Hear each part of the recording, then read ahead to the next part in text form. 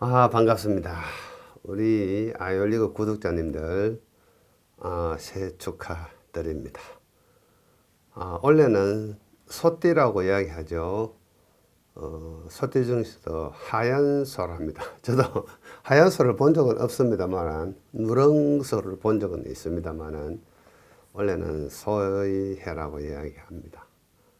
즉, 농사도 잘 되고, 농사 잘 짓는 해다, 이런 느낌을 받는 해이기도 하고요.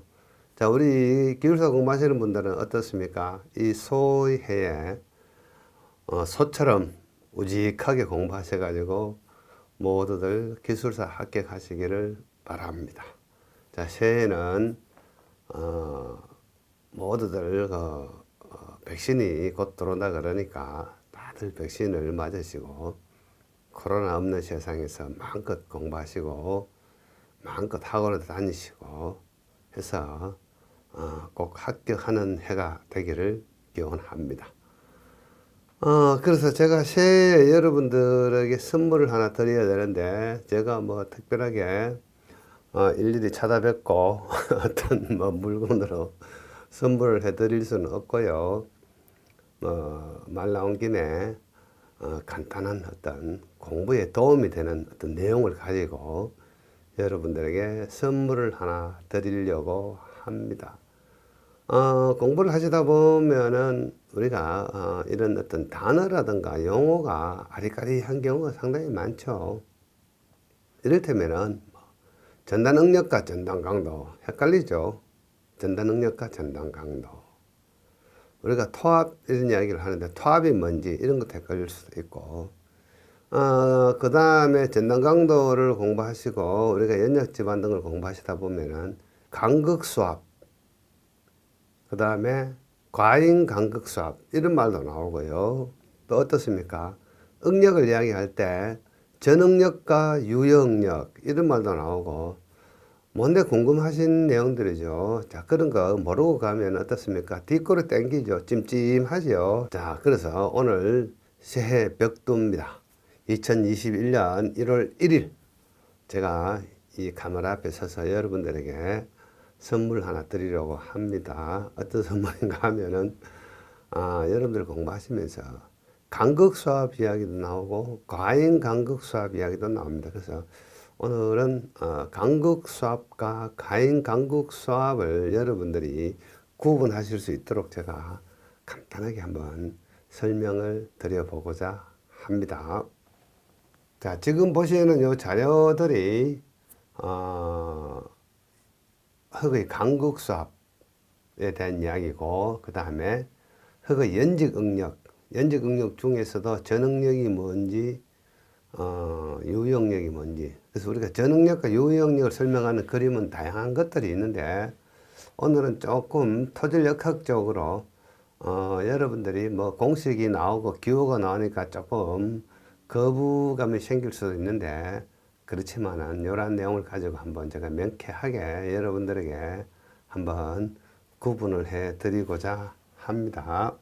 자, 그래서 제가 여러분들에게 이 내용을 한번 구분해 드리겠습니다. 자, 그래서 제가 여러분들에게 그림과 같이 한번 보여드리면서 여러분들에게 조금 토질역학적으로 여러분들 이거 다 기사 공부하실 때 하신 것들입니다. 자, 이런 것들을 가지고 제가 몇 가지 단어들, 연직응력, 유효연직응력, 간극수합, 가행간극수합 이것들 같이 한번 여러분들에게 보기로 하겠습니다. 자, 그래서 오늘의 어떤 키워드는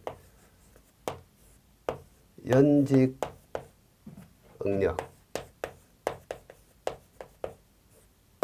자, 연직응력 속에 전응력, 그 다음에 흔히 말해서 우리가 유형력이라고 했죠. 유형력. 유형력 이야기가 나오면은 항상 간극수합 이야기가 나옵니다. 간극수합. 그 다음에 이 간극수합이 가행된 가행간극수합 이야기가 꼭 나올 수밖에 없다. 이렇게 이제 한번 생각하시고 자, 일단은 점착력이 없는 어떤 연직 응력 성분만 존재하는 전단 강도식을 적어 보면은, 자, 전응력 S는 어떻습니까? 우선 점착력이 없다고 보고 뭐 순수한 모래 집안이다 이렇게 한번 생각해 보겠습니다. 일단은 시그마 곱하기 탄젠트 파이라는 식을 쓰게 됩니다. 자, 유형력식은 어떻습니까? 유형력식은, 자, S는 시그마 대시 탄젠트 파이라고 쓰는데, 이때 시그마 대시를 유형력이라고 이야기하고, 이것을 다시 우리는 전응력에서 간극수압을 빼준 값이 된다 해서 시그마 마이너스 U 탄젠트 파이라고 적어 볼 수가 있습니다. 자, 그래서 여기서 간극수압을 만약에 U라고 이야기한다면은 가행 간극수압은 U에서 추가로 델타 U라는 가행된 간극수압이 존재할 수가 있습니다. 자, 그래서 당초의 어떤 집안의 어떤 그 간극수압 상태가 첫 번째 정수압 상태, 즉 물이 지중해서 움직이지 않고 가만히 있는 상태일 때의 간극수압을 U라고 이야기한다면, 자, 두 번째 어떤 우리가 시공 행위를 하기 위해서 상부에 어떤 하중을 실었을 때 하부에 있는 지하수위가 위로 올라오면서 간극수가 상승을 합니다. 간극수가 상승해서 형성된 간극수압을 우리는 가행 간극수압이라고 이야기하고, 이것을 우리는 델타 U라고 이야기합니다. 자, 이때 이 간극수압은 어떻게 되냐 하면, 이 간극수압은 당초의 간극수압에서 델타 U라는 추가된 가행된 간극수압이 추가되어 가지고 전체적으로 봤을 때 이 간극수압이 커지는 거죠. 그러다 보니까 어떻습니까? 이 값이 적어지죠. 이 값이 유형력입니다. 그래서 유형력이 감소되면서 집안의 전단 강도가 감소되어 가지고 그 집안의 진해력이나 지지력이 감소된다, 이렇게 이야기를 합니다. 연약 집안 이야기를 할 때.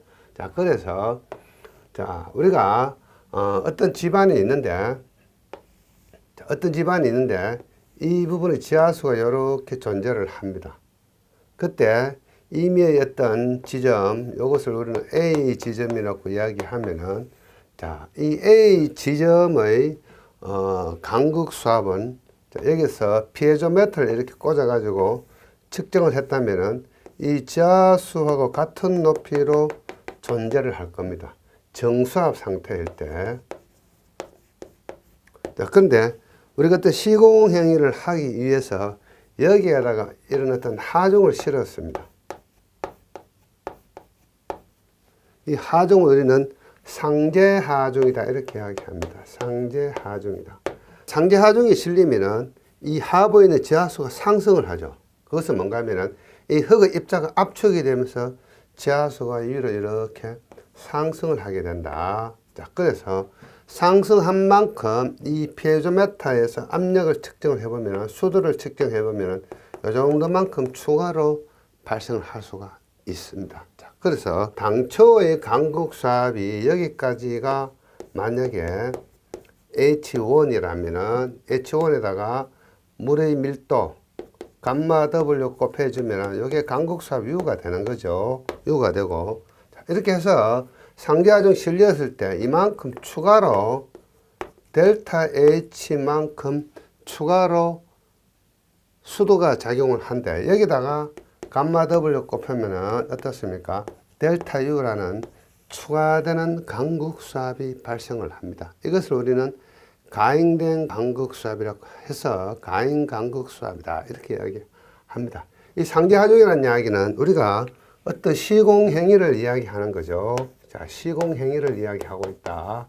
자, 성토를 했다든가 상부에 어떤 건물이나 구조물 시공을 했다든가 이러한 시공행위에 의한 하중이 실렸을 때 수위가 상승을 하면서 델타 H라는 가행된 간극수도가 발생하고, 거기다가 물의 밀도를 곱해주면 가행 간극수압 델타 U가 생성이 된다. 자, 그러면 어떻습니까? 여기서 가행된 간극수압이 발생해서 이 간극수압이 커지면 전체적으로 전단 강도가 적어지는 거죠. 즉 요역력이 적어지면서 전달 강도가 적어져서 집안의 진해력이 약해진다. 자, 그래서 이 상제 하중을 실은 상태에서 자, 시간이 오래 지나면은 이 물이 이렇게 외부로 배출이 됩니다. 이것을 우리는 강국수가 솟아내야 된다. 이렇게 이야기합니다. 솟아내야 된다. 솟아내야 되면 다시 이 수도는 밑으로 떨어지겠죠. 그러면서 어떻습니까? 이 강국수압이 감소되면서 유역력은 커지면서 전달 강도는 다시 회복이 되겠죠. 자, 이 과정이 상부에 구조물이 있는 상태에서 이루어진다면 벌써 이 하부 집안은 치마가 일어나고 어떻습니까? 하부에서 활동이 일어나고 옆으로 움직이는 측방 유동이 발생하고 측면에서 위로 올라오는 융기 현상이 발생할 수밖에 없겠죠. 그것을 우리는 연약 집안의 문제점이라고 이야기를 합니다. 그래서 자, 이렇게 높아질 소지가 있는 이 가행된 강국수압을 우리가 크게 문제없이 미리미리 배수를 시켜준다. 미리미리 소산을 시켜준다. 그것이 우리는 연약 집안 계량 공법이다. 이렇게 이야기합니다. 그 공법 중에는 여러 가지가 있죠. 위에다가 하중을 실어주는 공법, 프리로딩이나 서차지 공법, 또는 이 하부에다가 배수 장치를 넣어가지고 모래라든가 페이퍼라든가 배수 기능이 있는 페이퍼를 넣으면 페이퍼 드레인, 모래를 넣으면 샌더 드레인. 자, 모래가 그냥 넣으면 문제가 있으니까 주머니 속에서 모래를 넣어가지고 모래 주머니를 삽입하면 팩 드레인. 이런 것들이 연약 집안 계량 공법이 될 수가 있다. 이렇게 생각하시면 되겠습니다. 자, 요게 아주 간단한 이야기입니다. 아주 간단한 이야기이다. 그래서 전응력과 유역력, 강국수압과 가행강국수압. 이 가행강국수압은 어떤 개념인지, 특히 연약집안에서 이야기되는 내용들이죠. 물론 우리가 이제 뭐 삼연 안정이나 저하수와 관계된 양압력 이야기할 때도 결국은 이 강국수압이 양압력에 해당이 된다. 이렇게 생각하시면 되겠습니다. 자, 그래서 이것은 결론적인 이야기고, 이 원리를 이해하기 위해서는 조금 여러분들 귀찮지만은 지금 제가 소개하는 요 내용들을 가지고 조금 이해를 하시면은 여러분들이 쉽게 접근하실 수가 있다. 이렇게 생각하시면 되겠습니다. 자, 그래서 지금 소개하는 이 첫 번째 이 그림은 수변 또는 포화 상태의 흙의 연직 응력이다. 하부에 지하수가 없을 때, 이것은 여러분들 많이 공부를 하셨죠. 그래서 연직 응력이라는 개념은 결국 뭡니까?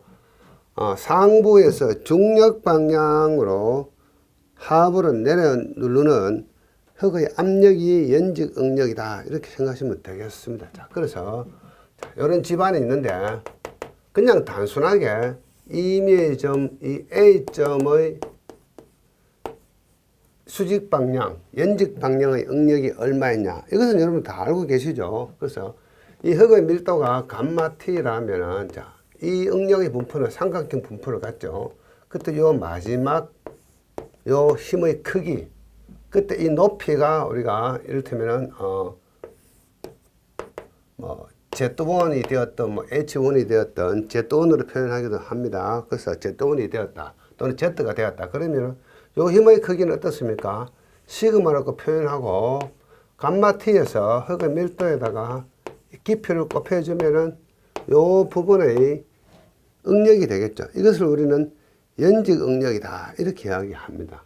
자, 이때 이 밀도 상태가 감마 T라면 감마 T를 써주게 되고, 이 밀도 상태가 감마 세추레이션, 포화 상태라면 요 감마 T 대신에 감마 세추레이션이라는 밀도를 곱해주면 되겠죠. 요게 연직 응력이다. 그래서 그림에 보시면은 이 삼각형 분포를 갖고 마지막에 있는 요 힘의 크기는, 자, 수변할 때는 감마 T를 곱해주게 되고 포화할 때는 감마 세추레이션을 곱해줍니다. 그래서 전체적으로 감마에다가 Z를 곱해주면은 이것이 연직력이다. 자, 그래서 우리가 또 이런 것도 궁금하시죠? 토압. 자, 토압은 어떤 개념입니까? 여기서 이 방향으로 수평으로 작용하는 힘을 우리는 토압이라고 이야기할 수가 있습니다. 이때 토압은 어떻습니까?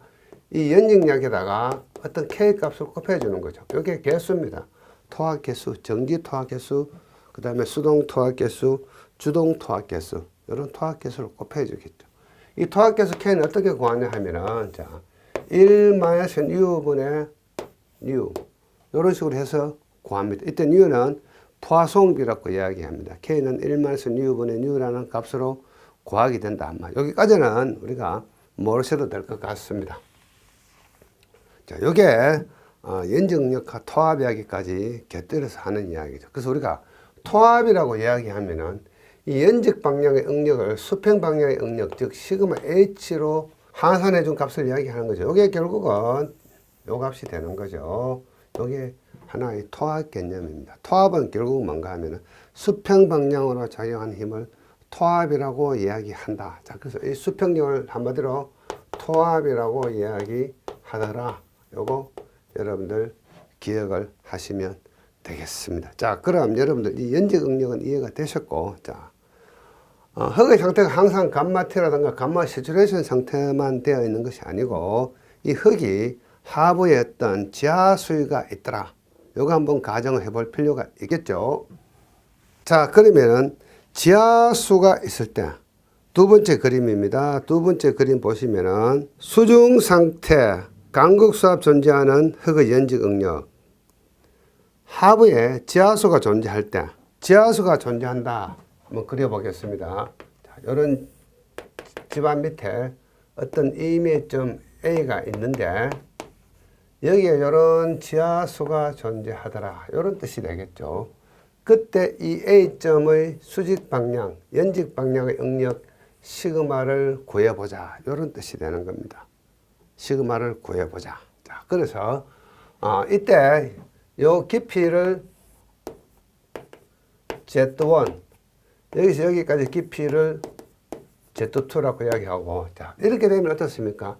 이 상부에는 우리가 감마 T라는 수분 밀도가 존재할 수 있고, 물 밑에는 감마 세츄레이션이라는 포화 상태의 밀도 상태로 존재를 할 것이다.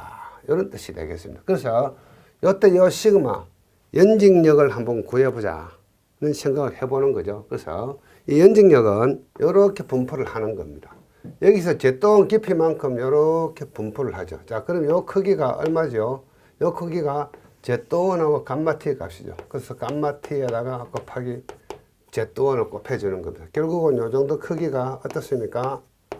감마 T에다가 곱하기 Z1 값이 되는 거죠. 자, 그 다음에는 뭡니까?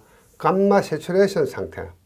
여기서 다시 이렇게 어떻습니까? 이 크기가 얼마가 되는 거죠? 이 크기가 감마 세츄레이션에다가 이번에는 Z2를 곱하게 되더라. 이런 뜻이 되겠습니다. 요게 요 그림에 있는 거, 자, 여기 보시면은 감마 T에 Z1이 있고요. 여기는 감마 세츄레이션에다가 Z2를 곱한 값이 되더라. 이 두 개를 더해주면 결국 뭡니까? 전응력이 된다. 이런 뜻입니다. 전응력이 된다. 전응력 시그마가 되더라. 자, 그래서 요 흙의 요소에서 연직 방향의 전체 응력은 요런 값이 되더라. 이런 뜻입니다. 그런데 실제로 전당 강도를 발휘하는 힘은 전응력이 아니고 유효응력이 전당 강도를 발휘합니다. 그래서 유효응력은 어떤 개념인가 하면은 유효한 연직 응력의 약자, 그것을 우리는 유효응력이라고 이야기할 수가 있습니다. 자, 그래서 여기서 여기까지 전체 범위를 우리는 전응력이라고 이야기를 할 수가 있더라. 결국은 전응력은 뭐가 되죠? 요거 더하기 요게 되겠죠. 그래서 전응력은 감마 T에다가 Z1을 곱하고 더하기 하기를 요거 감마 세츄레이션에서 Z2를 해주면은 요게 전응력 값이 된다. 이렇게 생각하시면 되겠습니다. 자, 전응력은 뭔지 이해를 하셨겠죠. 자, 그 다음에 문제는 어디에 있냐 하면은, 자, 요 부분, 물로 포화되어 있으니까 여기서 물이 가득 차가 있다. 자, 이때는 어떤 상태입니까? 물이 움직이지 않는 상태입니다. 그래서 정수압 상태로 존재를 한다. 정수압. 물이 가만히 있다. 우리가 상부에 어떤 시공행위를 하지 않고 그냥 땅속에 물이 가만히 있는 상태. 그때 이 부분에 작용하는 강국수압의 크기는 얼마나 될 거냐. 자, 여기서 우리가 강국수압의 개념은 뭔가 하면은, 강국수압은 어떻게 보면은 이 땅속에 있는 흙의 입자를 물이 위로 들어 올리는 어떤 힘으로 작용을 합니다. 자, 물이 물속에 있는 어떤 고체를 위로 밀어 올리는 힘을 우리는 뭐라고 이야기하죠? 강국수압은 어떻게 보면은 물의 부력작용일 수가 있습니다. 그래서 물의 부력작용인데 이 강국수압이 가만히 있는데도 이 부분에 이 흙을 위로 밀어 올리는 어떤 부력작용의 힘이 있더라.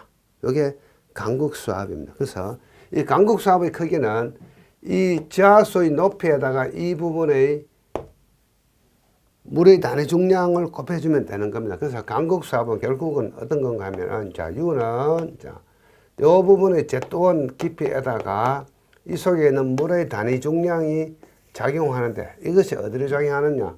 상방향으로 작용하고 있습니다. 부력은 상방향으로 작용하죠.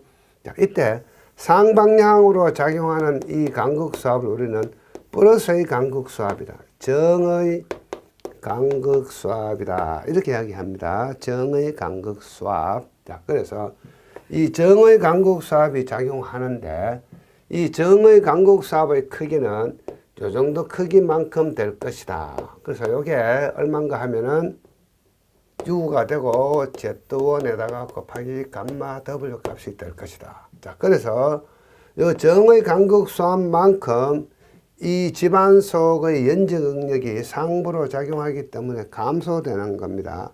이것을 전체적으로 우리가 합쳐주면 그것을 우리는 양압력이라고 이야기합니다. 양압력. 자, 그래서 요 강국수압의 크기, 전응력에서 강국수압의 크기만큼 빼준 요 크기를 우리는 유효응력이다. 이렇게 이야기합니다. 유효응력이다. 자, 그러면 결국은 이 유효응력은 어느 정도 크기가 되겠습니까? 유효응력은, 자, 전응력 값 시그마에다가 강국수압의 크기를 빼주면은 이게 뭐가 되죠? 유효응력이 되는 겁니다. 유효응력 시그마 대신은 이렇게 되는 거죠. 그래서 전응력 값은 뭐였죠? 요거였죠. 요거. 자, 그래서 감마 T 곱하기 Z1에다가 요놈 감마 세츄레이션 곱하기 감마 시츄레이션 곱하기 Z2가 되는 겁니다. 자, 감마 시츄레이션 곱하기 Z2가 되고 요때 강국수압의 크기는 요거라 그랬죠. 그래서 마이너스 Z2 곱하기 감마 W를 해주면은 전체적으로 강국수압을 고려한 연직응력, 즉 유효 연직응력의 값이 되더라 하는 내용이 요겁니다. 자, 그래서 이것은 뭐죠? 결국은 어떤 땅 속에 이렇게 지하수가 존재하면은 요런 크기만큼 강극수압이 존재해서 현재 상태의 연직응력은 요 정도 값이 되더라.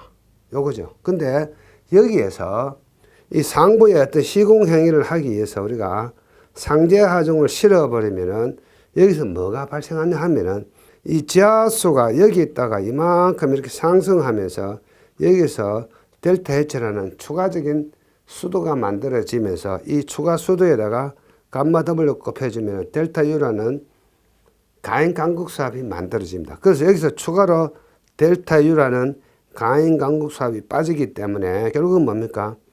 유역력이 감소가 되는 거죠. 유역력이 감소되면은 전당 강도가 감소됩니다. 그래서 여기서 전당 강도식은 어떻습니까? 자, S라고 표현한다면은 자, 점착력을 고려하지 않는 전당 강도, 즉 순수한 모래 집안이라든가 이러한 경우, 이러한 경우에는 시그마 대시 탄젠트 파이에 해당이 되는데 이때 시그마 대시는 시그마 마이너스 U 탄젠트 파이가 되고 당초에 강극수압 U가 존재했었는데 여기서 시그마 마이너스 U 다시 델타 U 다시 델타 U가 빠지면서 어떻습니까? 전체적으로 전당 강도가 감소하는 거죠. 유역력이 감소하면서 전당 강도가 감소한다. 이런 뜻이 되겠습니다. 자, 그래서 이런 시공 행위를 하면은 가행된 강극수압이 발생을 하면서 전체적으로 전당 강도가 감소한다. 이게 강극수압 이야기입니다. 자, 정수압 상태일 때는 어떤 시공 행위를 하기 전에 이러한 경우에는 어떻습니까? 크게 문제가 안 됩니다. 우리가 뭐 시공 행위를 안 하니까 땅속에 뭐 강극수압이 있든지 말든지 신경 쓸 일이 전혀 없죠. 자, 문제는 시공행위를 했을 때 이야기입니다. 자, 그 다음에 참고로 자, 우리가 실제 현장에서는 집안에서는 모세관 작용이 있을 수가 있습니다. 자, 모세관 작용이 있을 때 땅속의 연증력은 어떻게 변하느냐. 모세관 작용이 있으면 모세관 상승 높이만큼 어떻습니까? 집안의 유효 응력이 증가합니다. 모세관 현상이 있으면 어떻게 보면은 약간 유리할 수도 있어요. 자, 모관 현상은 자, 정의 강국수압이 아니고 부의 강국수압이 발생을 합니다. 자, 여기서는 상방향의 정의 강국수압이 발생한다 그랬죠. 모세관 작용이 나타나면은 모관 상승구 높이만큼 이 강국수압이 밑으로 작용하는 부의 강국수압이 작용을 합니다. 자, 요 내용은 여러분들이 요 자료를 보시면서 이해를 하시기 바랍니다. 자, 여기 보시면은 자, 전응력은 자, 감마 T 곱하기 Z 돈 마이너스 H. 여기서 당초 지하수가 여기 있었는데 모세관 작용 때문에 모세관 작용으로 모관 상승이 생겼습니다. H라는 모관 상승이 생기면서 이 부분에 어떤 밀도는 감마 세츄레이션이 되겠죠. 자, 원래 요 땅의 밀도는 감마 T라고 생각한다면은 이때 전응력은 이런 식으로 구할 수가 있습니다. 그래서 감마 세츄레이션 원래는 요 지하수의 높이까지였는데 모관 상승고만큼 집안의 포화 상태가 더 높아지겠죠. 그래서 이렇게 해서 전체 응력을 구할 수가 있습니다. 그래서 전체 응력이 구해주고 나면은 이번에는 강국수압을 구해야 되는데 조금 전에 이런 정수압 상태일 때는 그냥 단순하게 깊이만큼만 고려해서 밀도를 곱해주면 되었는데 자, 여기서 강국수압을 보면은 U는 감마 W 곱하기 H 플러스 Z2 즉 여기서 모관 상승된 요 높이만큼 추가로 고려를 하는 거죠. 자, 이렇게 되고 그 다음에 또 한번 이런 식으로 요 H 높이만큼 강국수압이 작용하는데 요때 강국수압은 밑으로 작용을 합니다. 아래 방향으로. 이것을 우리는 부 마이너스의 강국수압이다 이렇게 이야기를 합니다. 그래서 원래의 강국수압에다가 마이너스 감마 WH 즉 정수압 상태일 때 강국수압은 이렇게 위로 작용했는데 여기서 만약에 요거만큼 노란 걸로 하겠습니다. 요거만큼 모세관 작용 때문에 모관 상승이 생겼다. 자, 그러면은 여기에다가 어떻게 해줬냐 하면은 마이너스를 해줘야 돼요. 마이너스 H에다가 물의 밀도를 곱해주는 거죠. 그래서 강국수압이 감소가 되는 겁니다.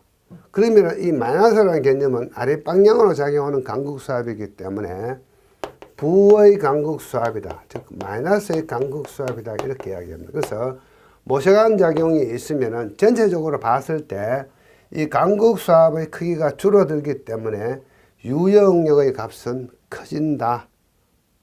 조금 아리까리하죠. 자, 이렇게 이해를 하시면 되겠습니다. 모관 상승구 높이만큼 강국수압은 아래 방향으로 작용하기 때문에 전체적으로 유효 연적 응력은 증가하는 경향이 있다. 이렇게만 이해를 하시기 바랍니다. 자, 이것은 그렇게 어렵더라도 이해만 하시면 되겠고. 자, 문제는 어디서 나타나느냐 하면은 요런 거. 윗방향으로 작용할 때 상방향으로 침투가 일어난다. 즉, 자, 여기서 상방향 침투 시 유효응력, 상제 하중이 작용할 때입니다. 즉, 시공행위를 했을 때. 이때 물은 상방향 침투가 생기고 가인 강국수압이 발생한다. 이때 발생하는 것이 델타 U라 그래서 가인 강국수압이다. 그래서 강국수압과 가인 강국수압은 어떤 개념인가 하면은 강국수압은 그냥 땅 속에 있는 어떤 흙의 강국수압을 이야기하는 거고 가인 강국수압은 뭡니까? 어떤 시공행위에서 지표면 위에 하중을 실었을 때 상제 하중이 있을 때 그때 흙이 압축이 되면서 하부에 있는 물이 위로 상승을 합니다. 그 상승 높이만큼 우리는 가행된 강국수압이라고 이야기합니다. 이것은 테레자키 안밀 이론에 의해서 쭉 전개되는 이론적 배경이 있습니다. 테레자키가 이런 어떤 실험 장치를 만들어서 실험을 해보기도 했습니다. 자, 요 내용을 이해하시면 여러분들은 간극수압과 가행간극수압, 저능력과 유형력, 그 다음에 연약지반의 어떤 원리, 연약지반의 문제점이 뭔지, 그 다음에 연약지반의 계량 원리, 이런 것까지 다 이해를 하실 수가 있습니다. 그런 걸 이해하시기 위해서는 이런 어떤 약간 어렵지만은 이론적인 것까지 여러분들이 조금 개념 파악을 해보시면은 나중에 여러분들이 흙과 관계된 공부를 하실 때 엄청 도움이 됩니다. 자, 요것만 말씀드리고 마치기로 하겠습니다.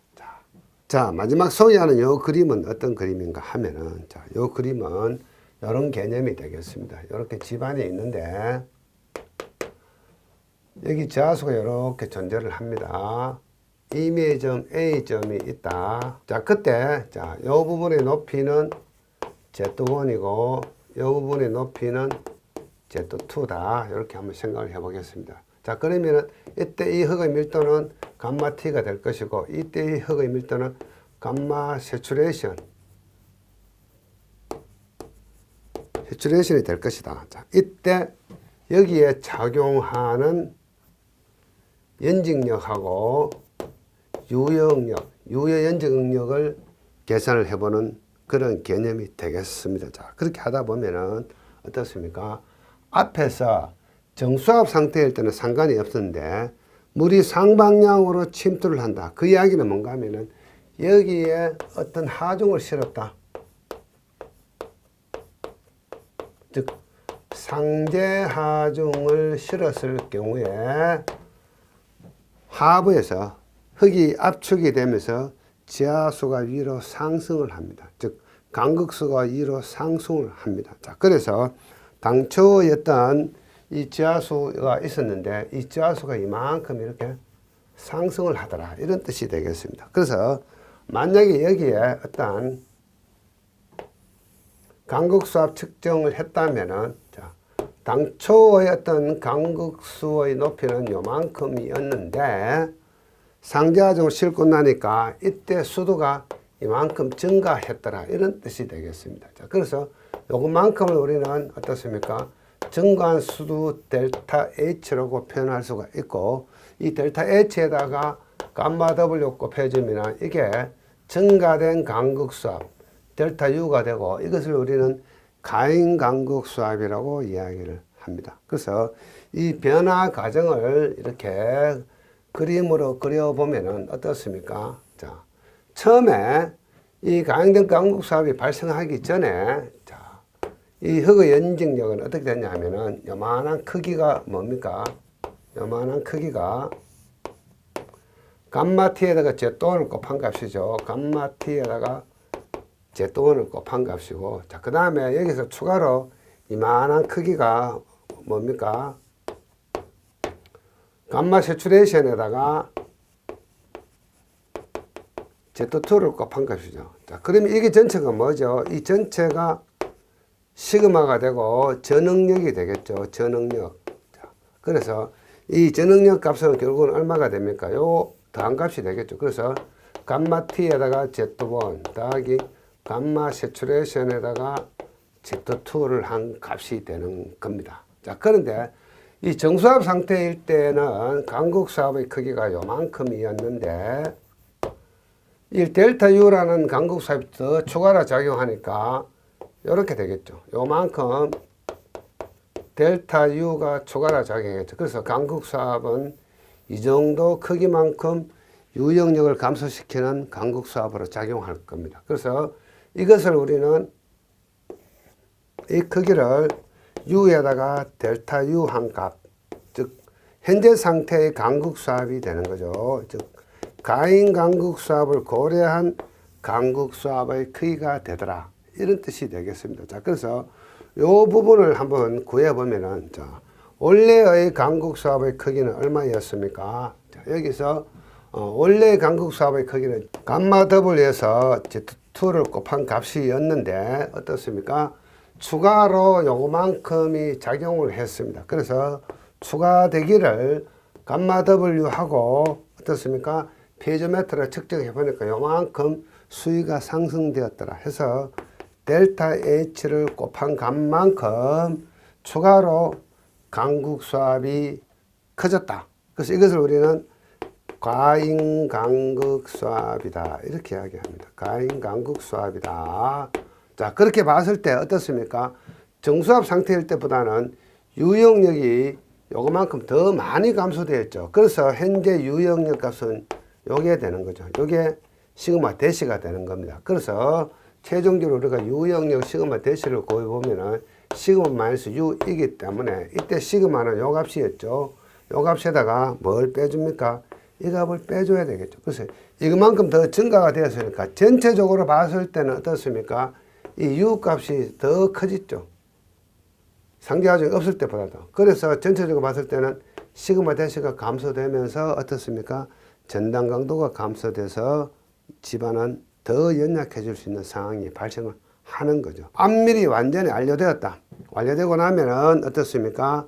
이 가행된 강국 수압은 이렇게 압력차 때문에 외부로 배수가 일어나는데 시간이 오래 걸립니다. 그래서 압밀 침어와 함께 이 강국수가 소산이 되는데 시간이 오래 걸리죠. 그래서 그냥 상부에 구조물 시공을 하면은 구조물이 문제가 되는 거고, 구조물 시공하기 전에 이 가행된 강국수압을 미리 다 배수시켜주고 상부에 구조물을 하면은 연약지방 계량 행위가 되더라. 이렇게 여러분들이 이해를 하시면 되겠습니다. 이게 전응력과 유역력, 강국수압과 가행강국수압을 구분하는 개념이 되는 거죠. 자, 결론을 이야기하겠습니다. 자, 여기서 결론은 뭔가 하면은, 자, 이야기는 복잡한데 결론은 아주 단순합니다. 아주 단순합니다. 자, 현장에 이런 집안이 있더라. 여기에 어떤 A라는 요소가 있고, 자, 지하수가 요만큼 존재하더라.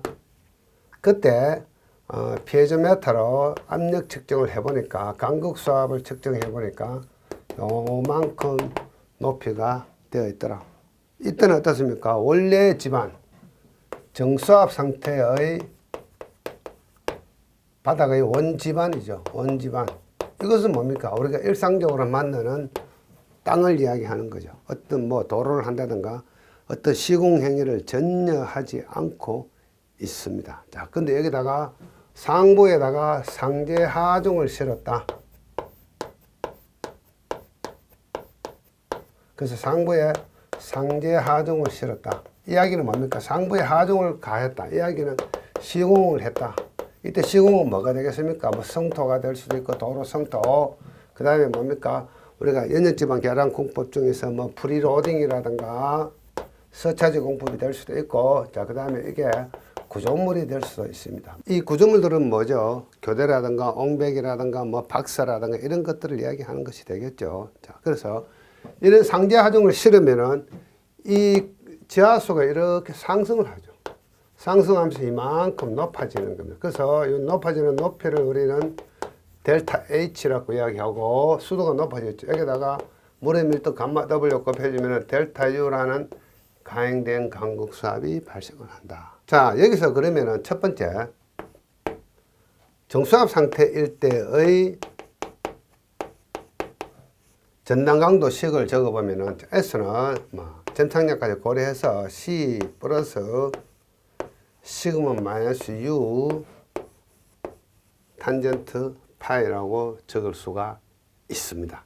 자, 두 번째, 상부에 상제 하중을 실었다. 어떤 시공 행위를 했다는 이야기입니다. 이때에서는 C 플러스, 이번에는 시그마 마이너스 U에다가 어느 만큼 델타 U만큼 추가로 또 작용을 했죠. 또 마이너스 델타 U가 작용이 되고 탄젠트 파이. 자, 그러면 어떻게 되죠? 요 부분이 시그마 대시 유역력이고 요 부분도 시그마 대시 유역력인데 요것만큼 더 빼주니까 유역력이 어떻게 되었나요? 감소를 했습니다. 그래서 상제 하중이 실리면은 뭐가 감소되죠? 유역력이 감소가 되더라. 이 유역력이 감소가 되면 결국 뭐가 되죠? 이 전단 강도 S가 감소가 되더라. 전단 강도 S가 감소되면은 이 하부 지반이 견디는 힘, 즉 지내력이 감소하더라. 이 내용은 결국 뭐죠? 상계 하중이 실리면 하부 지내력이 감소된다. 즉 연약 집안일 확률이 많다. 이런 뜻입니다. 자, 그래서 이 집안에 완전히 안밀이 일어나고 안밀이 종료가 되었다. 세 번째, 안밀 침하가 끝났다. 종료되었다. 자, 그렇게 되면 뭐가 되죠? 결국은 이 강국수압이 소산이 된 거죠. 가행된 강국수압이 이런 방향으로 흘러갔다, 빠졌다, 배수되었다. 그것을 우리는 가행 강국수압을 소산시킨다. 이렇게 이야기합니다. 그러면 어떻게 되죠? 다시 가행 강국수압이 없어지면서 전체적으로 봤을 때 이 지내력이 회복이 되는 겁니다. 근데 상부의 구조물 시공된 상태에서 이런 과정이 겪어지면 어떻게 되죠? 상부 구조물에 문제가 생기는 거죠. 그래서 상부의 구조물 시공을 하기 전에 미리 이러한 과정을 인위적으로 우리가 만들어주면 그것이 연약지반 계량 공법이 된다. 즉 연약지반 계량 공법은 시공행위를 하기 전에 이 가행된 강국수압을 없애주거나 처음부터 가행된 강국수압이 발생하지 않도록 해주면 됩니다. 자, 이 하부 지반이 물로 가득 찼다. 이 물을 어떻게 경화시키면 되죠. 자, 단단하게 만들어줘 버리면 됩니다. 자, 이 물이 있는데 이 물하고 반응하는 물질들이 있습니다. CaO. 여기 뭐죠? 시멘트 주 성분이죠. CaO. 그래서 시멘트 가지고 하부 지반을 물과 반응시켜 버리면 됩니다. 그게 일종의 서울 시멘트 공법인데, 뭐, 예를 들어서 DCM 공법도 있고, 다양한 공법들이 있죠. 그래서 이것을 우리는 지반을 경화시켜주는 고결 공법이 해당이 되는 거죠. 그래서 이러한 고결시키는 방법도 있습니다. 애초에 이 지하수 자체를 없애버리는 거죠. 땅 속에 있는 지하수를.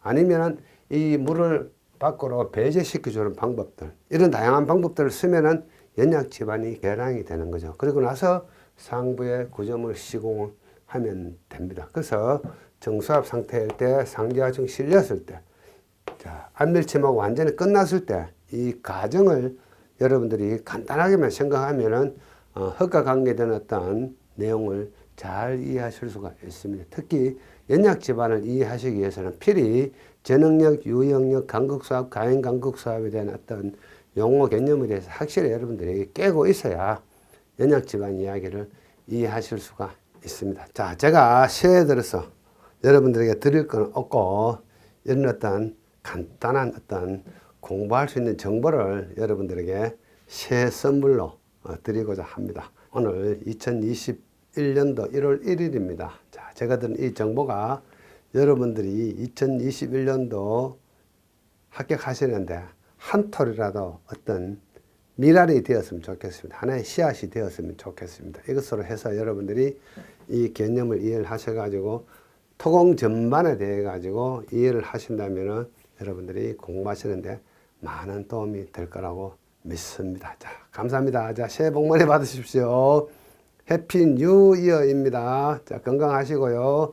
새해에는 꼭 코로나 극복하시고 백신이 빨리 돌아서 우리 모두 백신을 맞고 마음껏 학원도 다니고 했으면 좋겠습니다. 자, 감사합니다.